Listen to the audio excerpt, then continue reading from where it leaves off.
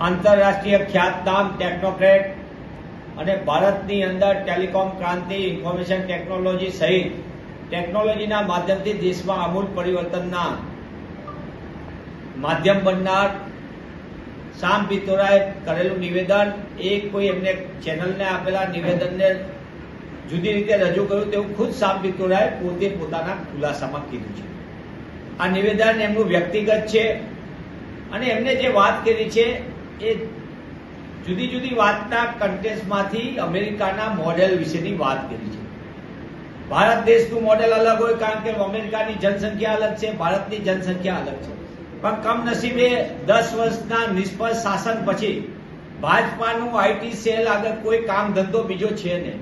વિકૃતિ ફેલાવી, કોંગ્રેસના નેતા સહિત વિપક્ષના નેતાનું કેરેક્ટર એસેસિનેશન કરવું, ચારિત્ર હનન કરવું અને જૂઠાણા ફેલાવવા માટેનું નંબર 1 બ્રાન્ડ બની ગયેલું આઈટી સેલ ભાજપાનું આ ખેલ ખેલે છે, લાંબા સમયથી ખેલે છે.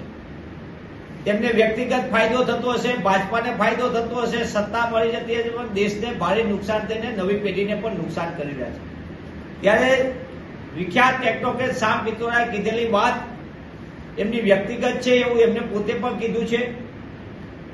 કોંગ્રેસ પક્ષ તેમના વ્યક્તિગત અભિપ્રાય સાથે સંમત નથી, એમનું વ્યક્તિગત નિવેદન છે. પણ એ વાત તો હકીકત છે કે દેશમાં અસમાનતા વધી ગઈ છે, વધી રહી છે સતત. છેલ્લા 10 વર્ષની અંદર ભાજપાની જનવિરોધી નીતિના કારણે મોંઘવારી આસમાને છે.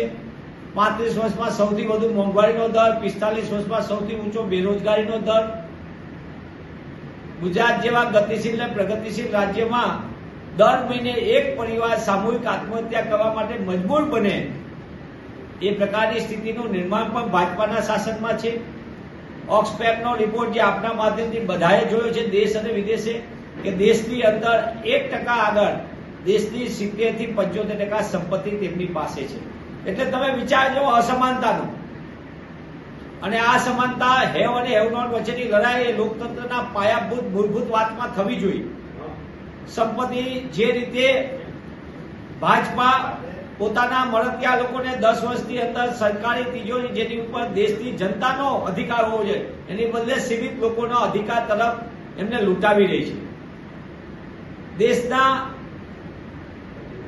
લોકો વધુ ગરીબીમાં ધકેલાય તે પ્રકારની ભાજપાની નીતિ રહી છે. ભાજપાના શાસનની અંદર આર્થિક અવમૂલ્યન સતત થઈ રહ્યું છે, એટલે કે રૂપિયાનું સતત અવમૂલ્યન થઈ રહ્યું છે. દેશની અંદર જીએસટીના નામે જે લૂંટ કરીને નાના વેપારીઓને ખતમ કરવાનું પાપ પણ ભાજપાએ કર્યું છે.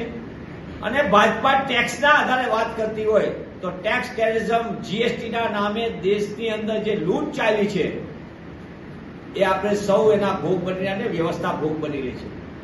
એવા સંજોગોની અંદર દેશના 130 કરોડ કરતા વધુ નાગરિકો પાસે છેલ્લા 10 વર્ષની અંદર 30 લાખ કરોડ રૂપિયા એક્સાઇઝ ડ્યુટીના નામે, ફરીથી કહું છું, 10 વર્ષની અંદર 130 કરોડ જનતા આગળથી 30 લાખ કરોડ રૂપિયા એક્સાઇઝ ડ્યુટીના નામે લૂંટ પણ કોઈએ ચલાવી હોય તે ભાજપાની સરકારે ચલાવી છે. પેટ્રોલ ડીઝલમાં 400 રૂપિયાનો ગેસ સિલિન્ડર 1100 રૂપિયામાં આપવાનું પાપ પણ ભાજપા કરી રહી છે.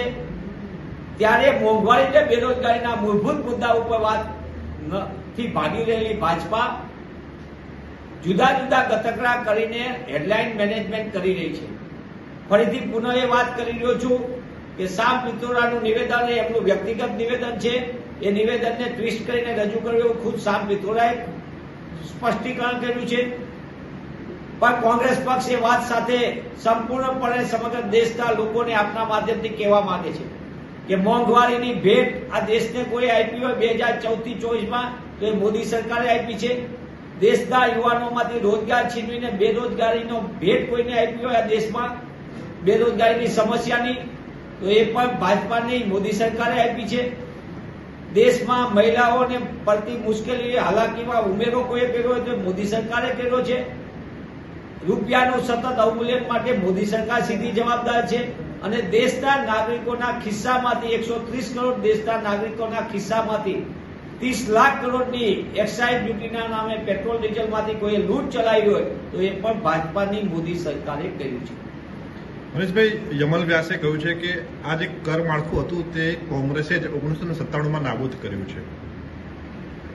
સમગ્ર દેશની અંદર ભાજપા 1957ની એક તરફ ભાજપા એમ કે છે કે પેલા લાયસન્સ રાજ ને એનું હતું.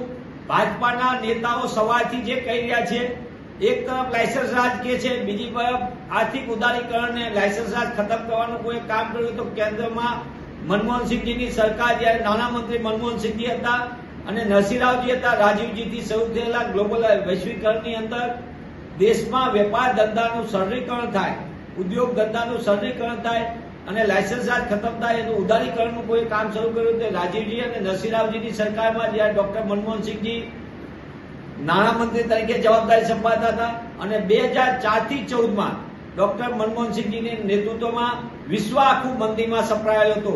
ત્યારે આ દેશને આર્થિક રીતે ટકાવી રાખવાનું કોઈ કામ કર્યું હોય તો કોંગ્રેસના નેતૃત્વવાળી ડોક્ટર મનમોહનસિંહજીની સરકારે કર્યું. એ સૌએ વિશ્વએ નોંધ લીધી છે.